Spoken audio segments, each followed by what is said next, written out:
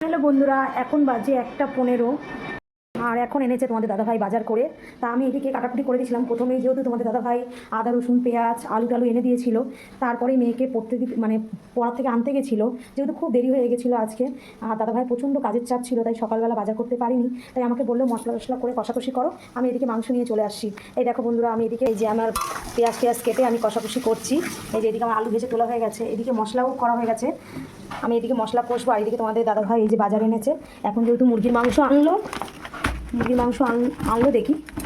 এই যে এখন বউ বললো যে কেটে আনিনি, তাড়াতাড়ি করে গোটা নিয়ে চলে এসছে। এই দেখো, এই যে গোটা নিয়েই চলে এসেছে। এদিকে আমি এখন গ্যাসটা যেহেতু বন্ধ করে দিই, যেহেতু এদিকে মাংসটা একটু কেটে নেবো, থালায় আমি ঢেলে নিই মাংসটা। একা হাতে যেহেতু ক্যামেরা ধরতে হয়, আমার খুবই অসুবিধা হয়। ভালো স্ট্যান্ড নাই যে ক্যামেরাটায় রাখবো, কেনাও হচ্ছে না। না, মাংসটা আমি কেটে নিই আগে। হ্যাঁ, তাড়াহুড়াতে মাংস কেটে আনিনি, আমি এখন কেটে নিচ্ছি। চলো আমি এখন ঝটপট করে মাংসটা কেটে নিই, যেহেতু অনেক বেলা হয়ে গেছে, তাড়াতাড়ি করে মাংসটা না কেটে নিলে তো হবে না। আমি কোনো সময় মাংস কাটি না, তোমাদের দাদাভাই সবসময় মাংস কেটেই আনে না। জানি না যে কেন মাংস কেটে আনিনি, কিন্তু মনে হয় দেরি হয়ে গেছে, তার জন্যই হয়তো মাংস কেটে আনিনি। তাও চলো চেষ্টা করি মাংস কাটার। আমি তো মাংস কাটি না, চেষ্টা করি একটু। এদিকে তোমার দাদাভাই মাংসের সঙ্গে 2 টুকরো গিল্লা মেটে নিয়ে চলে এসেছে।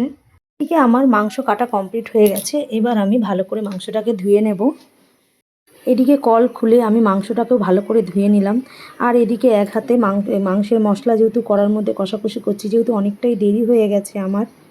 এদিকে আমি মাংসটাকে ভালো করে ধুয়ে নিয়েছি, তারপরে মশলাটা কষে আমি মাংসটাকে ঢেলে দিচ্ছি।